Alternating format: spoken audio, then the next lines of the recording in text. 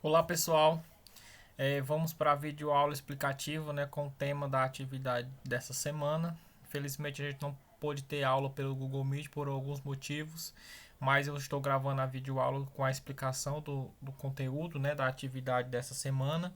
Continua com o mesmo tema da semana passada, que é interpretar informações apresentadas em tabelas ou gráficos, tá certo?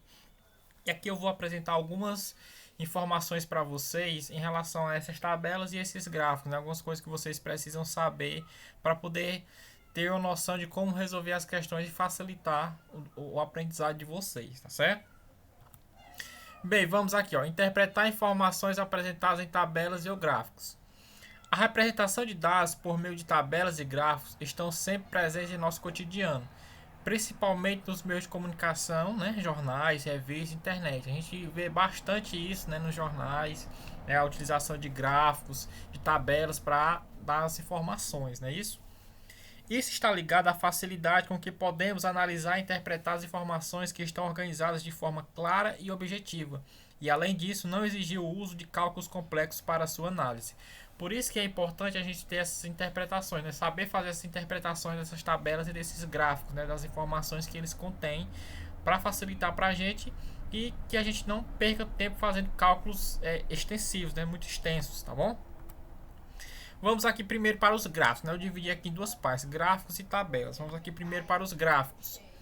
O que é que são gráficos, né? São representações de dados, tá certo? São representações de dados por meio de recursos visuais, né? Vocês percebem que os gráficos eles têm recursos visuais, com o objetivo de destacar informações para que fique mais fácil a sua compreensão. Normalmente o gráfico é usado para cruzar informações e demonstrar desempenhos, como crescimento ou queda, por exemplo, né? A gente tira as informações dos gráficos, né? Trazendo esses detalhes, dependendo da situação proposta. Os tipos de gráficos são inúmeros, né? Nós temos vários tipos de gráficos. Entre eles, nós temos os gráficos de linhas, gráficos de barras, gráficos de colunas, gráficos de setores. Que esse gráfico de setores é popularmente chamado de gráfico de pizzas, né? Que é aquele redondinho que é fatiado. É essencial saber que o Enem, os vestibulares e o Enseja não exigem do estudante apenas saber ler tabelas e gráficos, tá ok? Na hora de fazer uma interpretação de gráficos, é necessário também saber retirar deles as informações precisas para chegar à resposta do problema proposto. Na análise de gráfico de uma questão, é fundamental saber qual tipo de gráfico que estamos lidando e, além disso, levar em consideração que ele está fazendo uso de duas grandezas, certo? A gente vai ver isso aqui daqui a pouco. Ademais, para que a nossa análise tenha êxito, ela deve vir acompanhada de muita atenção na leitura do enunciado. Então aqui temos algumas dicas, né, para interpretar os gráficos que vocês podem perceber. É essencial nas principais provas que vocês alunos do ensino médio fazem, né, Enem, vestibulares e outras provas mais, tá certo? Você tem que saber identificar qual tipo de gráfico e ter que saber identificar também as grandezas que estão compostas, né, que compõem esse gráfico, tá certo?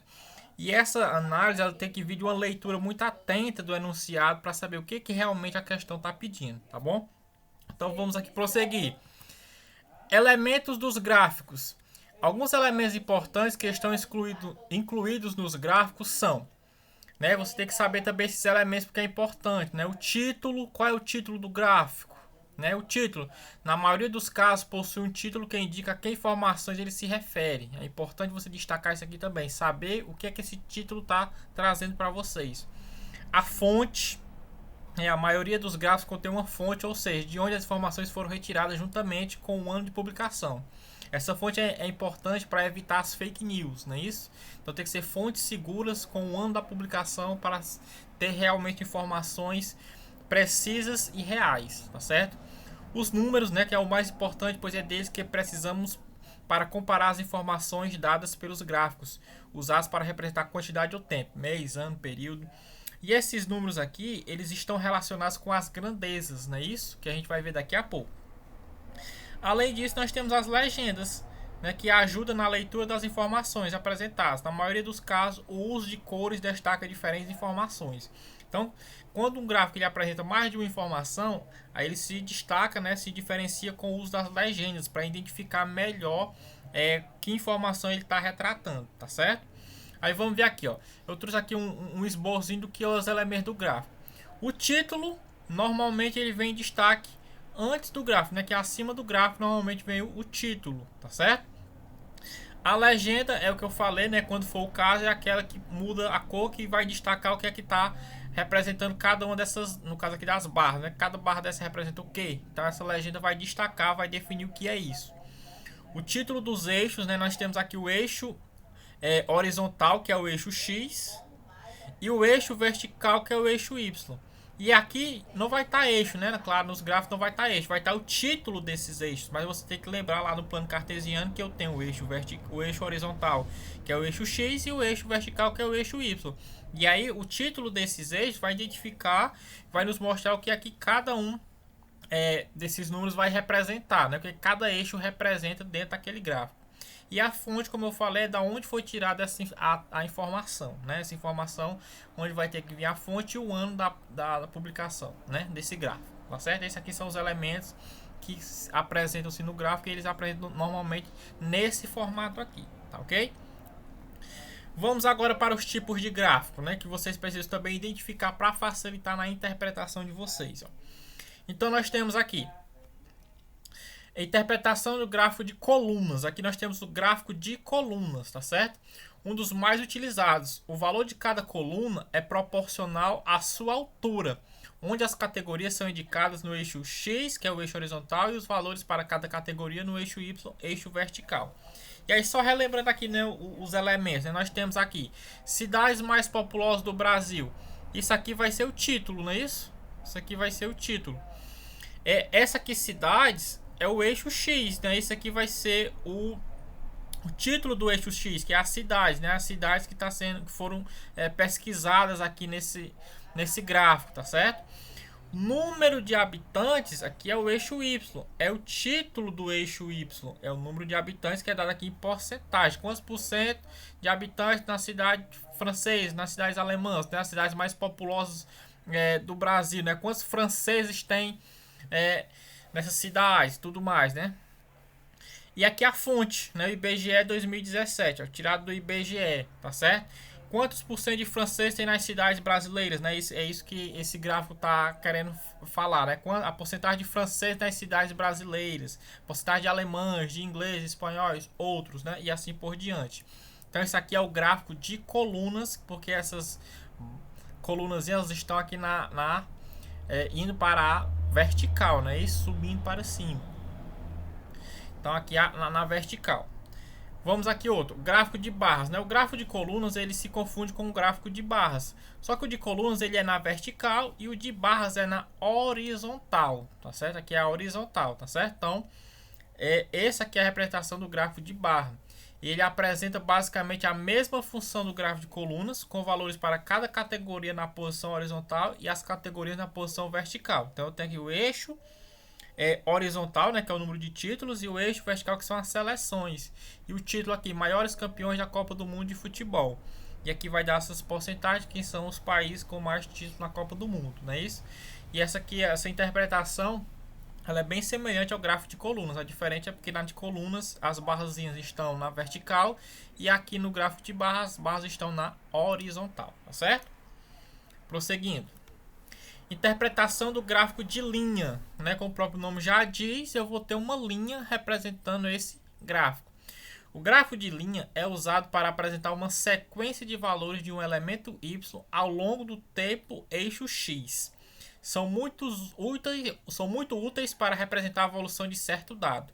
Então o gráfico de linha ele tem uma característica específica, né, que é para representar a evolução de determinados dados. Então, cada gráfico ele tem as suas funções e eles são apropriados para determinadas situações, né? Não é que eu tenho uma pesquisa que eu vou sempre utilizar o gráfico de linhas. Não, eu vou ver qual é o gráfico que mais se adequa àquela situação, tá certo? Prosseguindo. Aqui um outro exemplo, né, de gráfico de linhas. No caso aqui a gente está vendo a evolução, a taxa de analfabetismo das pessoas de 15 anos ou mais de idade no Brasil. Então a gente está vendo aqui a evolução que teve, né? Foi decaindo, né, decrescendo a cada ano, né? A cada década foi decaindo. Então, que é uma interpretação do gráfico de linhas, tá ok? Continuando. Gráfico de setores. Popularmente conhecido como gráfico de pizza, a representação por meio de um gráfico de setores é também muito utilizada, principalmente para a visualização de números percentuais. Em geral, é utilizado para representar partes de um todo. Consiste num círculo representando o todo, dividido em setores com cores diferentes, que correspondem às partes de maneira proporcional. Exemplo: suponha que no decorrer do ano de 2015, uma determinada cidade recebeu um grande número de turistas e classificou-os de acordo com a nossa nacionalidade, conforme mostra a tabela a seguir. Aí, turistas segundo a nacionalidade, aqui é a tabelazinha apresentando, né, a nacionalidade, italianos, franceses, alemães, ingleses, espanhóis, outros, e a porcentagem desses turistas, né, o número de turistas em porcentagem. E aí ele pegou essas informações e transformou em um gráfico de setores. Ó. De acordo com a tabela, o gráfico de setores dos turistas, segundo a nacionalidade, destaca as diferenças entre as percentagens com setores de diferentes cores. Veja, aquela tabela que tinha os turistas segundo a nacionalidade, né, o mesmo título, a tabela se transformou nesse gráfico de setores, onde é um círculo dividido em partes, e cada parte dessa é proporcional à porcentagem destacada na tabela. Por exemplo, essa parte em azul mais escuro, né, que são os italianos, corresponde a quanto? A 31%. Vamos ver, ó, na tabela o que? 31%. Então ele está aqui, italianos 31%, e essa fatia é proporcional a essa porcentagem dos italianos, né? Franceses 24%, alemães 19%, ingleses 12%, espanhóis 9% e outros 5%. Então todos os dados apresentados na tabela foram convertidos nesse gráfico de setores, tá certo? E aí foi feita a proporção para poder fazer a divisão corretamente desses setores. Então isso aqui é um exemplo de gráfico de barras, gráfico de setores, perdão, né? Um gráfico de setores. Agora vamos para as tabelas. As tabelas são usadas para estruturar informações ou dados. Assim como os gráficos, elas facilitam o entendimento através de linhas e colunas, que separam as informações e cabe a você relacioná-las. É importante conhecer alguns elementos desse tipo de representação, pois será fundamental para que a análise seja bem sucedida. Assim como nos gráficos, né, a tabela também tem os seus elementos. Dentre eles a gente destaca o título, que indica o assunto e também tem a função de chamar a atenção do leitor. O subtítulo detalha o tema da tabela e contextualiza a situação. O cabeçalho corresponde ao título dos conteúdos das colunas e linhas. O corpo, que é onde os dados da tabela se encontram, né? E a fonte também, que nem nos gráficos, possui a mesma função que nos gráficos e que usualmente aparece no rodapé da tabela. Então a fonte também tem a mesma função daquelas apresentadas no gráfico, tá certo? Então vamos ver aqui um exemplo desses elementos. Aqui eu tenho essa tabela. Produção de café no Brasil de 2005 a 2009. Esse é o título. O título dessa tabela é esse, tá certo? Aí aqui eu tenho a coluna indicadora, né, que são os anos, aqui ó, anos, e a descrição dos anos, 2005, 2006, 2007, 2008, 2009, que aqui está o corpo dessa tabela, né? Esses dados aqui relacionados ao ano é o corpo da tabela. Aí nós temos aqui o cabeçalho, que é o ano, os anos e a produção, né, em 1000 toneladas aqui no caso. É o cabeçalho, é o que vai dar as informações do que eu estou trabalhando nesta tabela. Casa ou célula é cada uma dessas informações apresentadas aqui. Aí nós temos as linhas e a fonte aqui, né, que é o anexo aqui, é a fonte da onde foi tirada essas informações, né? Então esses aqui são os dados, né, os elementos apresentados nessa tabela, né, que é uma tabela mais simples, mas tem tabelas mais complexas. Também tem outras informações, né, como o subtítulo. No caso aqui não tem um subtítulo, mas pode ter tabelas que apresentem um subtítulo, tá certo? Dependendo da construção da tabela, do formato da tabela, tá certo? Vamos aqui ver alguns tipos de tabelas, né, os mais comuns, que são a tabela simples, usada para apresentar a relação entre uma informação e outra, como produto e preço. É formado por duas colunas e deve ser lida horizontalmente, né? Deve ser lida assim na horizontal. Aí aqui nós temos o produto e o preço. Bem simples de interpretar, não é isso? Uma barra de chocolate, né? Chocolate de barra é quanto? 50 centavos. Uma maçã, R$1. Uma banana, 70 centavos. Então esse tipo de tabela, por isso que é chamada de tabela simples, porque ela é bem simples a sua interpretação. Está só relacionando o produto com o seu preço, tá certo? Então aqui bem simples de interpretar.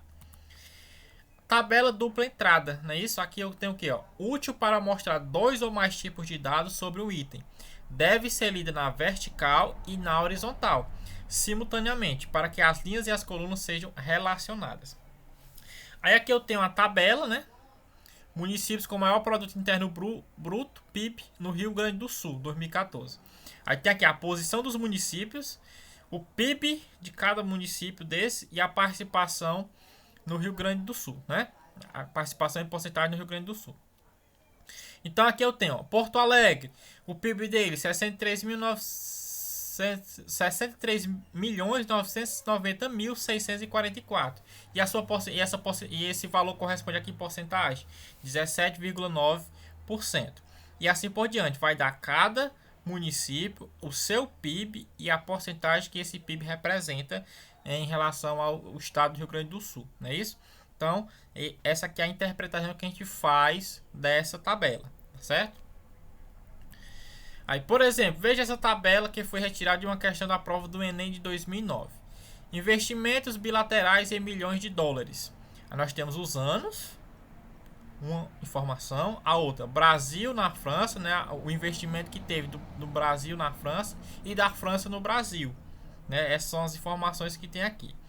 A tabela relaciona os investimentos em milhões de dólares feitos pelo Brasil na França e pela França no Brasil, desde o ano de 2003 até o ano de 2007. Aí observe aqui os dados que eu tenho aqui. A partir desses dados, né, podemos tirar várias conclusões, como por exemplo, 2007 foi o ano que o Brasil menos investiu na França, totalizando 280 milhões de dólares. Vamos voltar lá à tabela.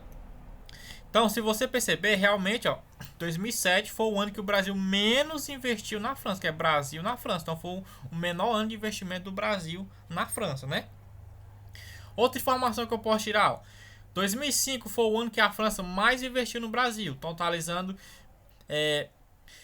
1.458 milhões de dólares, né? Vamos voltar lá. 2005, realmente, ó, foi o ano em que a França mais investiu no Brasil, 1.458 milhões de dólares, né? Então, é uma informação que eu pude tirar daqui.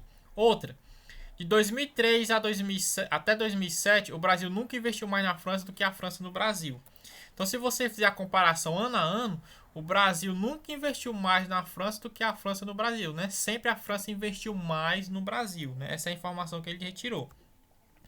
Em suma, esses são 3 exemplos de conclusões que poderíamos tirar em relação aos dados das linhas e das colunas dessa tabela. Além de outras informações que a gente poderia tirar se a gente analisasse essa tabela aqui, não é isso? Então, por exemplo, qual é a outra informação que eu poderia tirar aqui? Qual foi o ano em que o Brasil mais investiu na França? O ano de 2006, quando o Brasil investiu 539 milhões de dólares. Esse foi o ano em que o Brasil mais investiu na França, tá certo? Só mais uma informação que eu poderia tirar dessa tabela, de muitas outras que eu ainda posso tirar, ok? Então, isso aqui é só um exemplo de como interpretar essa tabela. Então, vamos à prática agora, vamos praticar, vamos exercitar. Questão 1. O gráfico exibe as notas de 4 alunos durante 4 bimestres consecutivos de um ano letivo. Então, nós temos aqui as notas de 0 a 10 na vertical. Esse 1, 2, 3 e 4 são os bimestres, né? E aqui são as notas na vertical e na horizontal os bimestres. Esse alunozinho mais escuro é o aluno X, o cinza Y, o cinza claro Z e o cinza mais claro é o W. Vamos ver o que a questão quer pedir, né? Então aqui na ordem. Então aqui na ordem eu tenho X, Y, Z, W. Essa ordem segue em todos os bimestres, tá certo? A ordem dessas cores. Qual dos alunos teve sua nota sempre crescente de um bimestre para o outro? Para o seguinte, do primeiro ao quarto bimestre. Então, qual dos alunos sempre teve a nota crescendo, né? Aumentando. Vamos ver aqui, começando pelo aluno X. O aluno X tinha nota 8 no primeiro bimestre. No segundo bimestre foi para quanto? 7. Então, ele não aumentou, ele não cresceu, ele decresceu. Então, já sei que o aluno X não é esse aluno que sempre teve a nota crescente. Então, já vou descartar o X, né? Então, vou descartar já o item A. Vamos para o aluno Y. O aluno Y tinha média 7, passou para 7 depois foi para 7, continuou com 7. Ele permaneceu estável, né? Esse aluno permaneceu, ele não foi crescente. Logo do primeiro para o segundo bimestre a gente já poderia descartar, porque ele não cresceu, ele permaneceu estável. Então eu já sei que também não vai ser o aluno Y. Então descarto o item B. Z, vamos para o aluno Z. O aluno Z no primeiro bimestre tinha 6. No segundo bimestre, tá aqui, ó, o aluno Z, ó, que é essa terceira barrazinha, né, a terceira colunazinha, o aluno Z. Então de 6 foi para 8 e depois veio para 5. Então perceba que esse aluno Z, ele cresceu do primeiro para o segundo bimestre, mas do segundo para o terceiro ele caiu. Então se ele caiu, eu não posso dizer que ele é sempre crescente, né? Então já vou descartar o Z também. Então só sobrou o W. Então vamos ver, o W era, que é a última coluna, né? O W tinha 5, subiu para 6, depois subiu para 7 e depois subiu para 8. Então foi sempre crescendo. Então o W tinha 6, foi para 7. Perdão. Ele inicialmente tinha 5, né? O W inicialmente tinha 5, depois foi para 6, depois foi para 7, depois foi para 8. Perceba que o W foi sempre crescendo. Então a resposta correta é o item D. O aluno W foi que sempre teve a sua nota crescente, ok? Entendido aqui, né? Vamos para a próxima questão. O administrador de uma empresa que produz sacolas está avaliando a produção das 4 máquinas atualmente operando em sua empresa. O gráfico exibe o número de sacolas produzidas diariamente pelas máquinas em funcionamento. Então aqui as máquinas em funcionamento, elas estão produzindo esse tanto de sacolas, né? Cada máquina, né? Tem 4 máquinas, cada máquina produz esse tanto de sacolas, esse número de sacolas. Então aqui na vertical é o número de sacolas que são produzidas e na horizontal são as máquinas, né? Cada uma das máquinas. Em função de uma demanda diária, né, de produção diária de 34 mil sacolas, o administrador pretende intervir no funcionamento da empresa. Ele vai adquirir uma nova máquina, substituindo aquela que apresentar menor produção diária, a fim de produzir por dia exatamente a demanda exigida. A nova máquina a ser adquirida deverá apresentar uma produção diária em números de sacolas igual a quanto? Ele precisa ter uma produção diária de 34 mil sacolas. Para isso, ele vai substituir a máquina que tem a menor produção. Quem é a máquina que tem a menor produção das 4 que estão aqui no gráfico? Se você analisar, a que tem a menor produção é a máquina 2. Então, essa daqui ele vai ter que descartar. Vai substituir essa máquina por uma outra. E essa outra máquina vai ter que produzir quantas sacolas diárias? Se ele tem que produzir um total de 34 mil. Para me saber quantas sacolas diárias essa outra máquina vai produzir, eu vou fazer o seguinte. Primeiro eu vou somar a produção das 3 máquinas que sobraram, né? Das 3 máquinas que sobraram. A máquina 1, a máquina 3 e a máquina 4. Vou somar a produção dessas 3 máquinas. A 1 produz quanto por dia? 10 mil. Então vou somar 10 mil. Mais a máquina 3 que sobrou vai produzir quanto? 11 mil. 11 mil. E a máquina 4 produz quanto? 7 mil. Somando essas 3. 0, 0, 0, 7 mais 1, 8, 1 mais 1, 2. Então, as 3 máquinas produzem 28 mil sacolas diariamente. A quarta máquina, né, a outra máquina, né, que substitui a que menos produzia, ela vai ter que produzir quantas? Tem que ser 34 mil sacolas.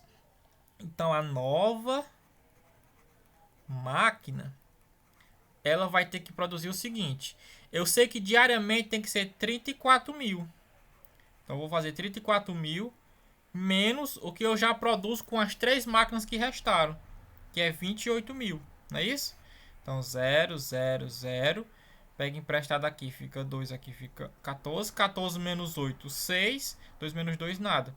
Então, a nova máquina, ela vai ter que produzir 6 mil sacolas para que a produção diária seja de 34 mil sacolas, tá certo? Porque as 3 que sobraram produzem 28 mil e a nova máquina vai ter que produzir mais 6 mil para poder dar 34 mil sacolas diárias.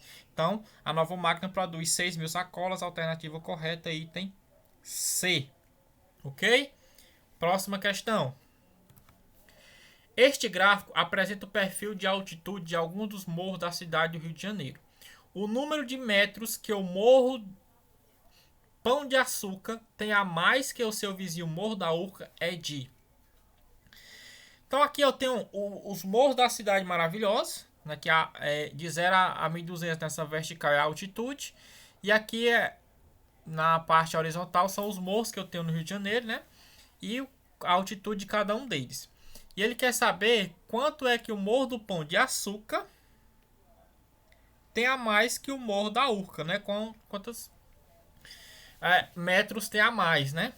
Então, perceba que eu tenho 4 informações, só que 2 eu não vou utilizar. Eu vou utilizar apenas o Morro do Pão de Açúcar e o Morro da Urca. Para me saber essa informação, eu só vou fazer 396, que é a altitude do Morro do Pão de Açúcar, menos 220, que é a altitude do Morro da Urca, fazer essa subtração, né, essa diferença, para saber quanto é que o Pão de Açúcar tem a mais que o Morro da Urca, né? Então vou fazer aqui a subtração. 6 menos 0 é 6, 9 menos 2 é 7, 3 menos 1 é 1.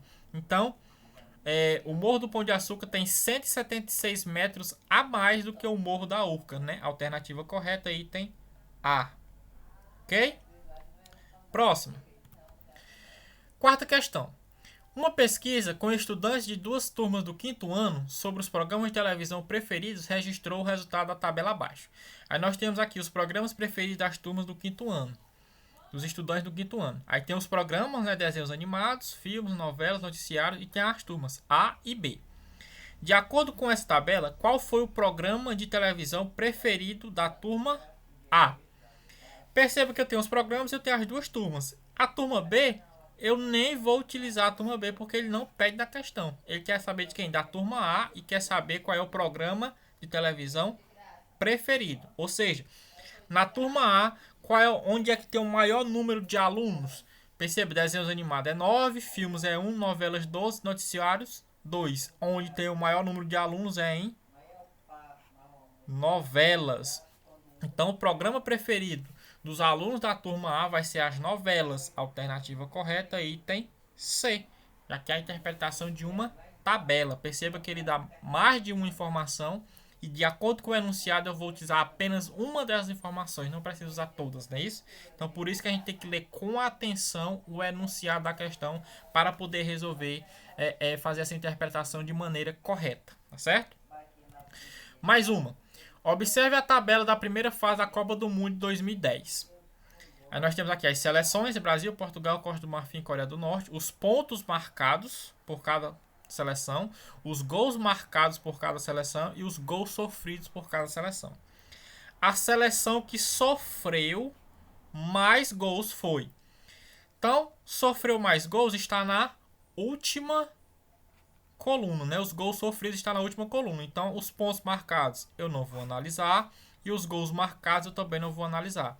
E a seleção que sofreu mais gols dessas 4 seleções, quem foi que sofreu mais gols? A que sofreu 12 gols. E qual foi a seleção que sofreu 12 gols? Coreia do Norte. Então, a seleção que sofreu mais gols foi Coreia do Norte. Alternativa correta, item D. Com isso, pessoal, eu finalizo a explicação do conteúdo da atividade dessa semana de interpretação de informações apresentadas em tabelas e gráficos. Faça a resolução de alguns exemplos, né, de algumas questões. Espero que tenha ficado entendido. Então vocês assistam esse vídeo, comentem lá, né, nos comentários. A frequência de vocês vai ser o comentário de vocês no vídeo com o nome e série. E se alguma coisa não ficou clara, não ficou bem entendida, vocês podem colocar nesse comentário também. Fiquem à vontade, porque eu vou ficar atento para poder tirar as possíveis dúvidas de vocês, já que essa semana não temos aulas pelo Google Meet, tá certo? Né, eu vou disponibilizar o link para vocês no grupo, mas aqui está o meu canal no YouTube, Matemática Anderson, e o link do canal. Caso vocês aqui não sejam inscritos, podem se inscrever. Lá tem a correção de todas as atividades de matemática desde que começou a pandemia, tá certo? Faça lá seus comentários, suas críticas, suas sugestões, seus elogios, tá certo? Tudo para engrandecer ainda mais o canal. Se inscrevam, né? Compartilhe com os amigos, e ao assistir o vídeo deixe o like, né, para dar aquela moral. Então fiquem bastante à vontade em contribuir da forma que vocês acharem melhor. E qualquer dúvida estou à disposição, tá certo? Um abraço e até a próxima.